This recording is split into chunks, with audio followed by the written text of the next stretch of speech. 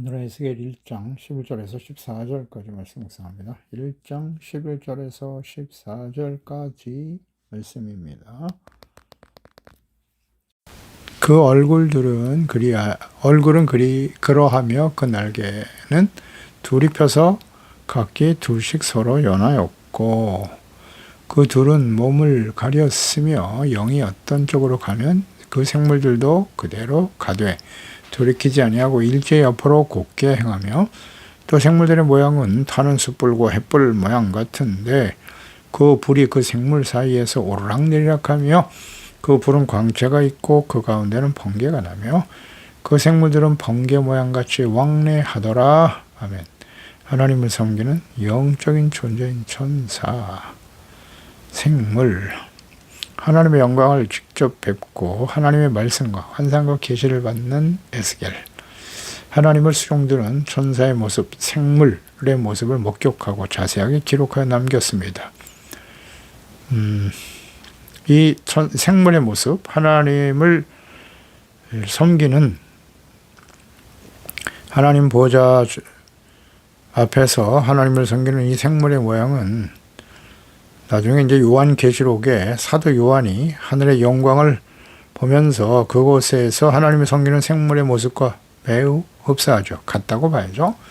그래서 그런 면에서 지금 에스겔을 통해서 하나님 보여주신 하늘의 영광, 그리고 장차 하나님 앞에서 우리가 보게 될 그 생물, 또 역사의 마지막에 심판하실 하늘에서 하나님의 명령과 말씀을 듣고 또 하나님의 말씀대로 이 땅에 다시 오실 그리스도를 통해서 구원과 심판을 행하실 그 하나님의 말씀이 변함없는 진리의 말씀인 하나님의 말씀인 것을 우리는 이 장면을 통해서 확인하게 되는 것입니다.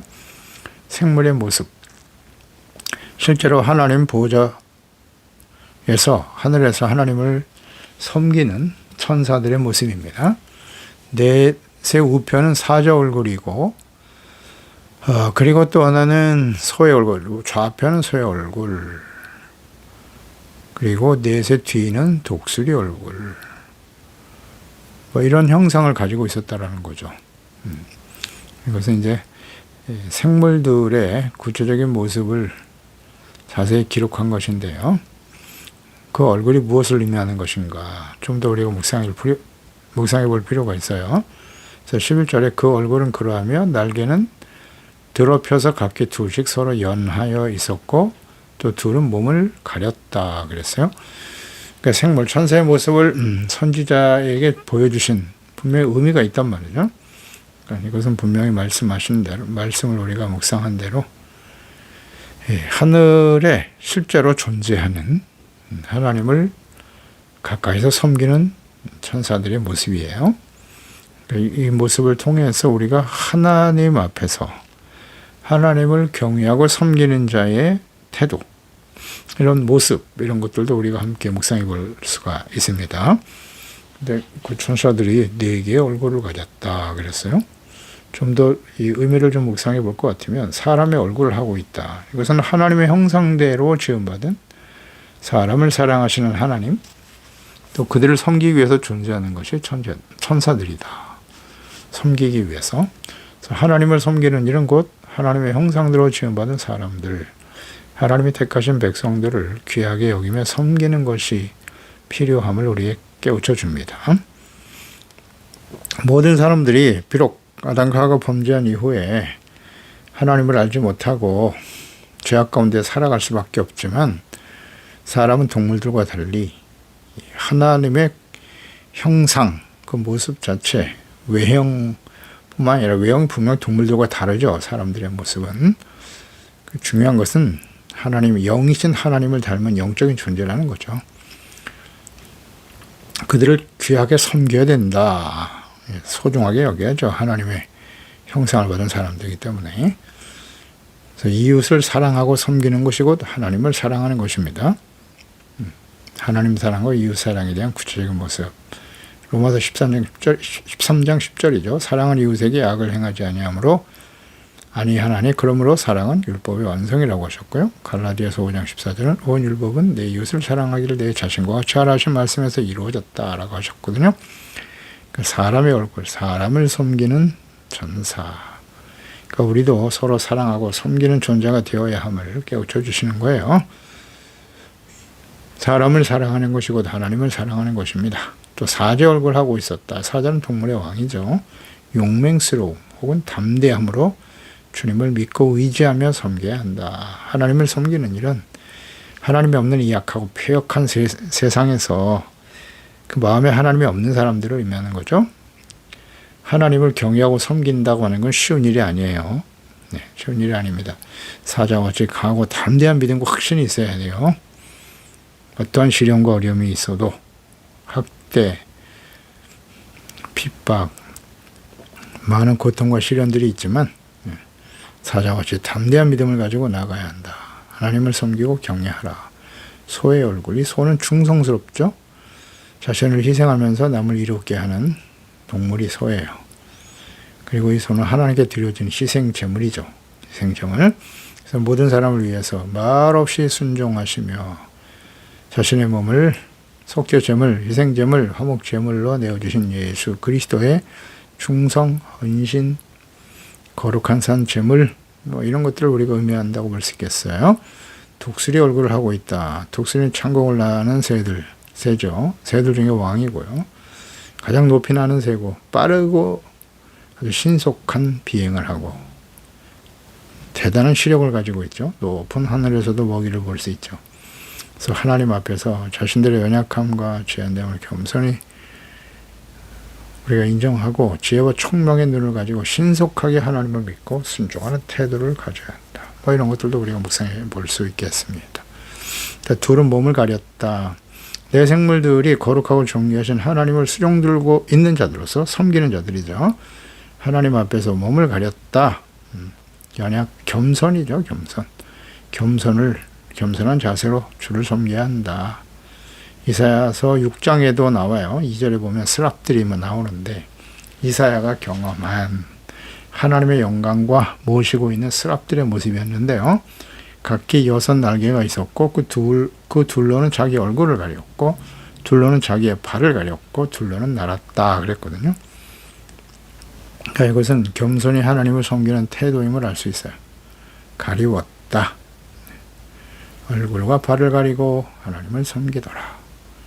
자신의 연약함, 죄악된 부끄러움을 가리우고, 겸손이라고 하는 것은 자신의 죄를 깨닫고 돌이켜 겸손히 회개하고 용서받는 자세.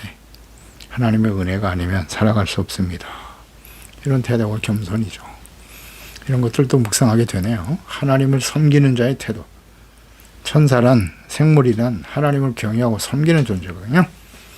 그런 측면에서 우리가 연결해서 묵상해 볼 필요가 있어요. 교훈을 얻을 필요가 있습니다. 겸손히 섬겨라. 시편 149편 4절에 보면 여호와께서는 자기 백성을 기뻐하시며 겸손한 자를 구원으로 아름답게 하신다 그랬어요.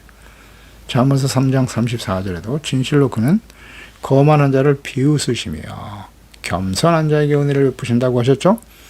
이사야 57장 15절에도 말씀합니다. 지극히 존귀하며 영원히 거하시며 거룩하다 이름하는 이가 이같이 말씀하시되 내가 눕고 거룩한 곳에 있으며 또한 통회하고 마음이 겸손한 자와 함께 있나니 이는 겸손한 자의 영을 소생시키며 통회하는 자의 마음을 소생시키려 함이라. 야고보서 4장 6절이죠. 그러나 더욱 은혜를 주시나니 그러므로 일렀으되 하나님이 교만한 자를 물리치시고 겸손한 자에게 은혜를 주신다 하였도다. 그렇습니다. 겸손한 자에게 하나님은 은혜를 주시는 거예요. 하나님을 섬기는 태도, 하나님 앞에 서 있는 하나님의 자녀들, 예배하는 자들은 다 겸손이에요. 겸손이 없으면 하나님 앞에 나아갈 수 없어요. 마태복음 5장 3절이죠. 심령이 가난한 자는 복이 있나니 천국이 저희 것입니다. 심령이 가난하고 겸손한 사람, 가장 기초예요. 기본. 하나님의 은혜를 받을 수가 없어요. 겸손하지 않으면.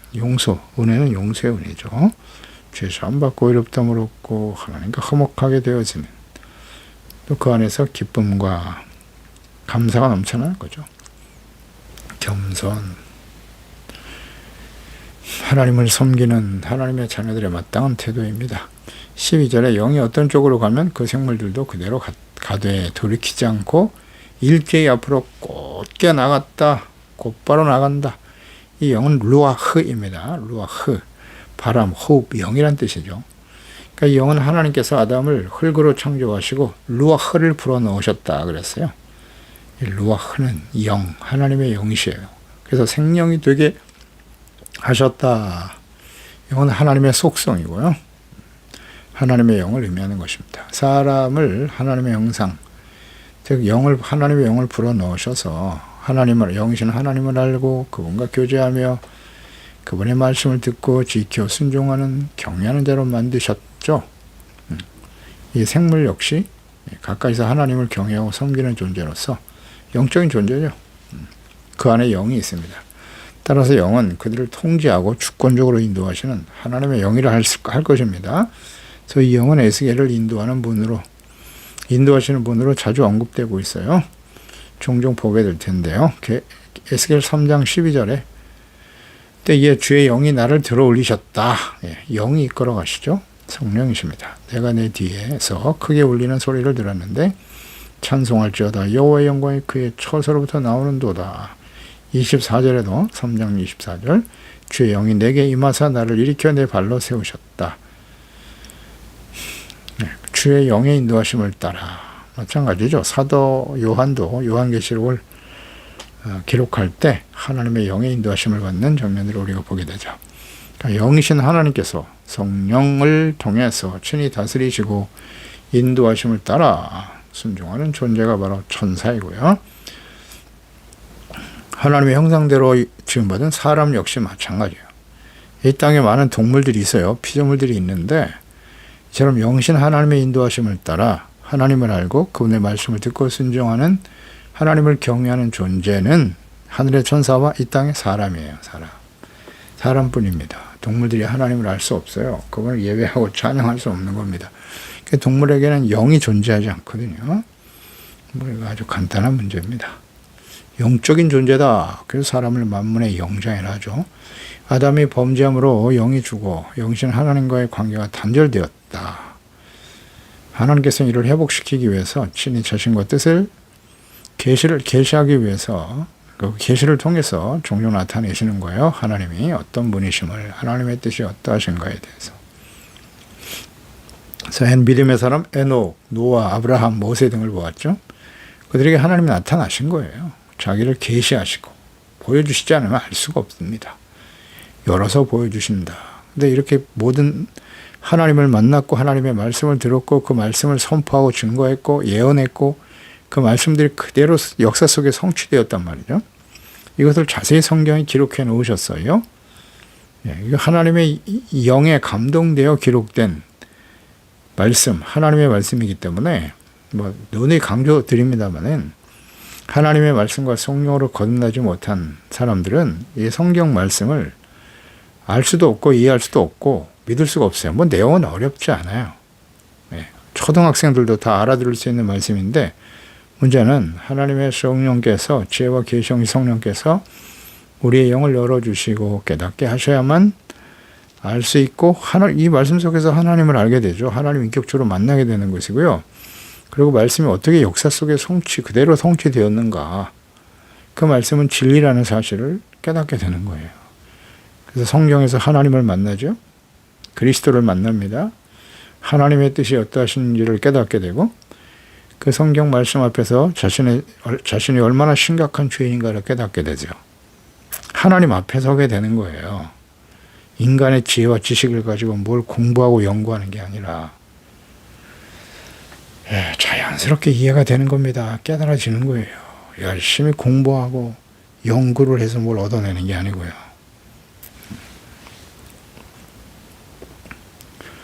결국 하나님의 아들 예수 그리스도를 보내주시죠. 선지자와 제사장들을 끊임없이 보냈는데요. 이들이 다 부패하고 타락했죠. 왕신 하나님을 버리고 사람이 왕이 되어 다스려 달라고 사무엘 시대에 이와 같은 일들이 벌어졌잖아요. 그래서 세워진 사울 왕으로 시작했죠. 북이스라엘 왕조와 유다 왕조 모두 다 멸망의 길을 가고 말았죠. 다 하나님 버렸어요. 원인 제공자들은 누구다? 어리석은 왕, 부패한 제사장과 선지자들이죠. 그러니까 사람이 왕이 되고 제사장, 선지자가 되다 보니까 그 결과는 하나님의 공의의 심판으로 끝나더라는 거예요. 그래서 하나님의 아들 예수 그리스도를 직접 보내시는 겁니다. 어렵지 않습니다. 그래서 예수님을 보내주셨고 십자가 대속의 은혜로 말미암아 화목제물, 속죄제물이 되신 거예요. 죄를 용서하기 위해서 희생제사로 자신의 몸을 드리신 거죠. 그래서 죄와 사망을 이기고 영생과 구원, 하나님의 자녀로 회복되는 길을 열어놓으신 것입니다. 그래서 예수님만이 요한복음 14장 6절이죠. 나는 길이요 진리요 생명이다. 나로 말미암지 않고는 아버지께로 올 자가 없다고 말씀하셨어요. 그러니까 예수님이 유일한 길이요 진리요 생명이 되십니다. 그러니까 세상에는 영의 사람과 육의 사람이 있는 거예요. 거듭나지 못하면 하나님 나라 그 실체 자체를 깨닫지 못하고 영원한 하나님의 나라에 설 수 없어요. 예수님께서 요한복음 3장 3절 이하죠. 찾아온 니고데모, 공의원 니고데모에게 말씀하신 대로 진실로 너에게 이르노니 사람이 거듭나지 않으면 하나님의 나라를 볼 수 없다. 물과 성령으로 나지 아니하면 하나님의 나라에 들어갈 수 없는 일을 하셨어요. 육으로 난 것은 육이고 영으로 난 것은 영이다. 영의 사람과 육의 사람이 있다는 것입니다. 육의 사람으로서는 도저히 이해가 안 되죠. 거듭남이라니요. 내가 이 늙은 나이에 어찌 못해 다시 들어가서 태어난단 말입니까? 공의원, 율법을 아는 사람이 이렇게 대답할 수밖에 없었죠. 영으로 다시 태어난다라고는 의미를 이해하지 못하고 있어요.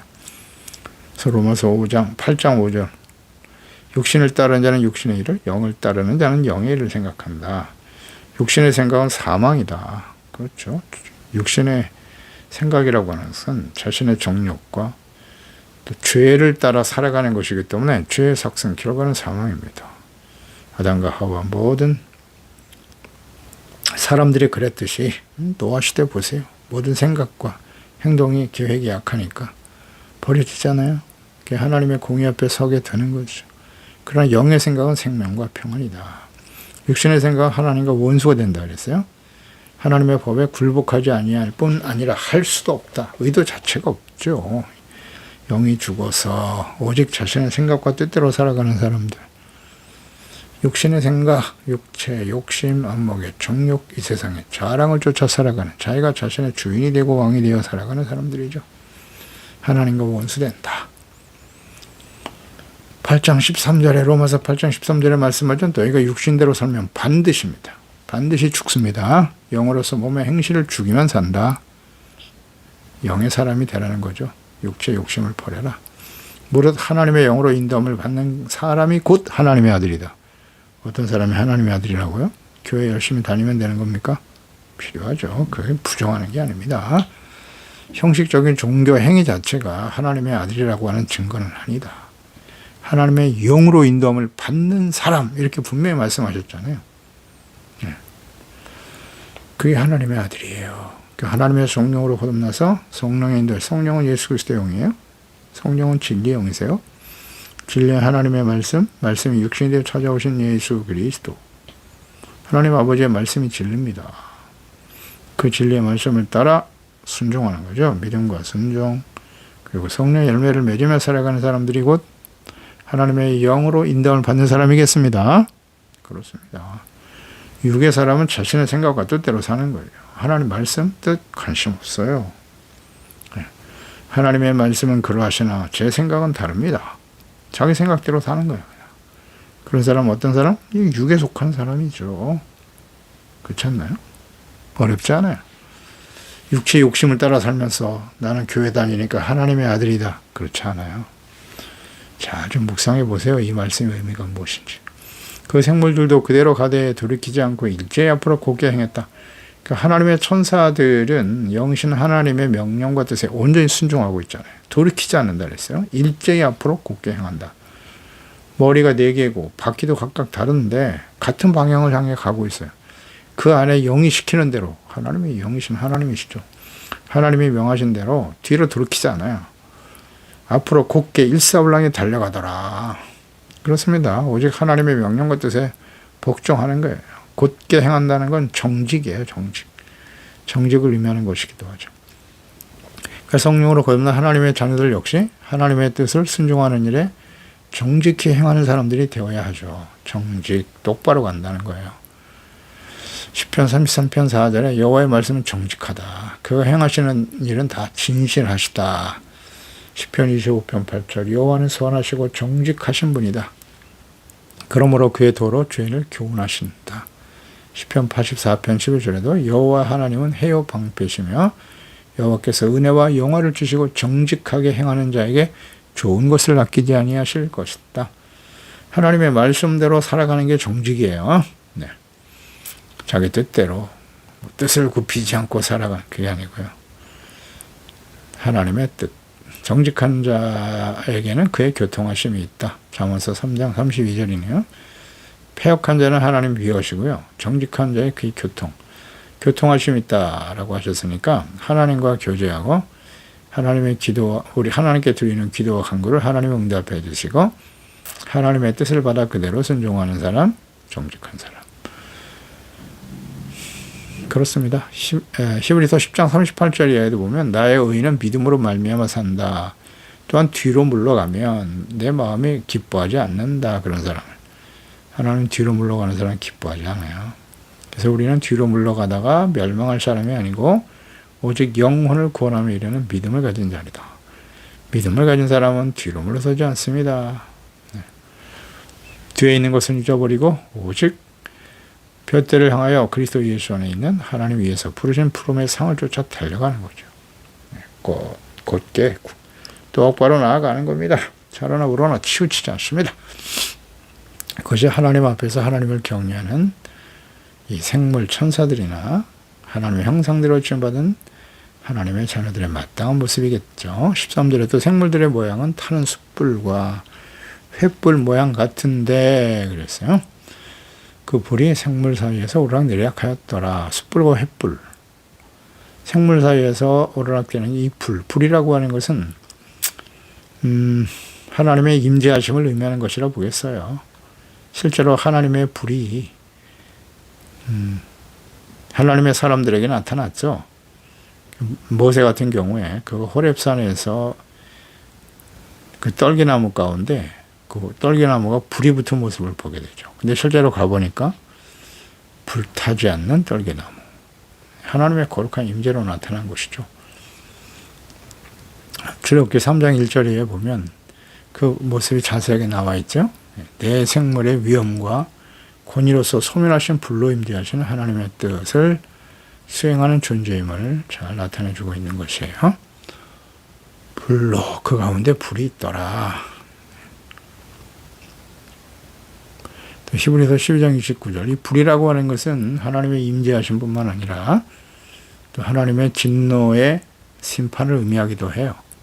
히브리서 12장 29절에 우리 하나님은 소멸하는 불이다 라고 말씀하셨고요.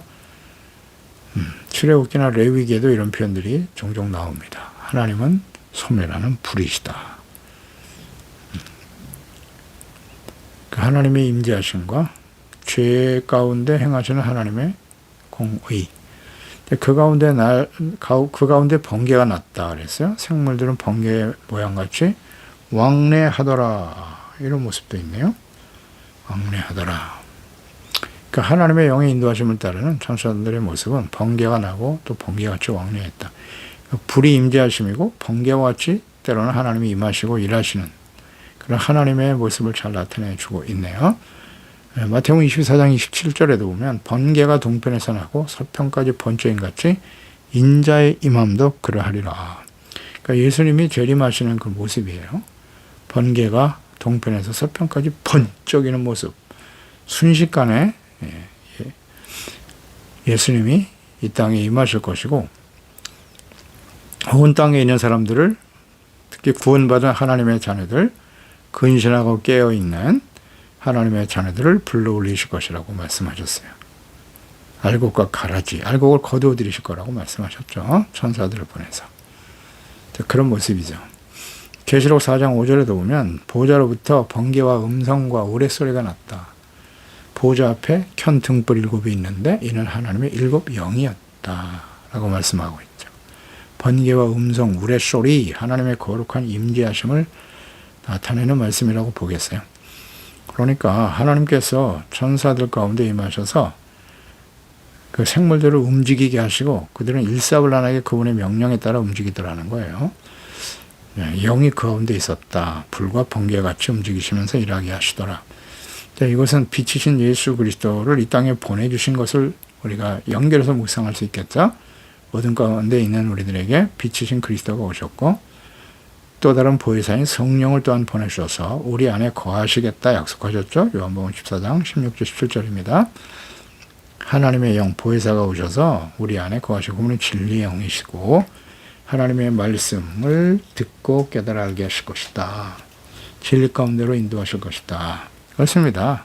천사들의 모습처럼 오늘날 성령께서 이 땅에 임하십니다. 이제 성령이 오시면 우리가 예수 그리스도 안에 예수님 우리 안에 하나님이 예수 그리스도 안에 예수께서 하나님 안에 그러니까 우리가 예수 그리스도 하나님과 성령 안에서 온전히 하나 되는 역사가 일어날 것이다 라고 말씀하시죠. 그래서 우리는 하나님의 자녀로 거듭난 하나님의 자녀 성령으로 거듭난 하나님의 자녀들은 철저하게 예수 그리스도와 성령님의 인도하심을 따라 진리의 말씀을 쫓아 좌로나 우로나 치우치지 아니하고 곧게 나가는 자가 되어야 마땅할 것입니다. 기도하겠습니다. 하나님 아버지, 하나님께서 선지자에게 하나님의 영광을 경험하게 하셨고 또 그 앞에서 수행하는 생물 천사들의 모습도 자세히 보고 기록하여 남기게 하셨습니다. 하나님의 나라는 실존하는 나라입니다. 무슨 상상 속에 사람들이 만들어낸 것이 아니고요. 거룩하시고 크고 영화로우신 하나님께서 그곳에 임재하여 계시면서 하나님의 형상대로 지음받은 사람들에게 하나님의 뜻을 또 혹은 그 계시의 말씀들을 전하고 증거하기 위해서 하나님의 그 모든 일들을 대신 일하게 하기 위해서 세운 것이 생물이고 천사들이죠. 하나님의 영이 그곳에 임하셔서 오직 영이신 하나님의 말씀에 순종함에 따르는 전사들의 모습과 같이 마땅히 하나님의 형상대로 지음받은 영적인 존재인 사람들은 우리들은 영이신 하나님을 알고 그분의 말씀을 온전히 순종할 수 있도록 또 그 앞에서 겸손히 하나님을 경외하고 섬기는 자들이 되어야 마땅합니다. 오늘 우리가 육체의 욕심을 따라 죄 가운데 살다가 영원히 버려질 존재들이었으나 하나님의 예수 그리스도와 보혜사 성령을 우리 가운데 지혜와 계시영 진리 영신 성령을 보내주셔서 우리 안에 거하시며 우리가 주님의 말씀을 따라 살고 하나님의 거룩하신 그 거룩한 하나님의 영광스러운 자녀가 되어 살아갈 수 있다고 하는 것은 얼마나 귀한 일인가요. 오직 주님의 말씀 가운데 좌로나 우로나 치우치지 아니하고 정직하고 바르게 주님을 따라가는 우리 모두가 되게 하소서. 예수님의 이름으로 기도드리옵나이다. 아멘.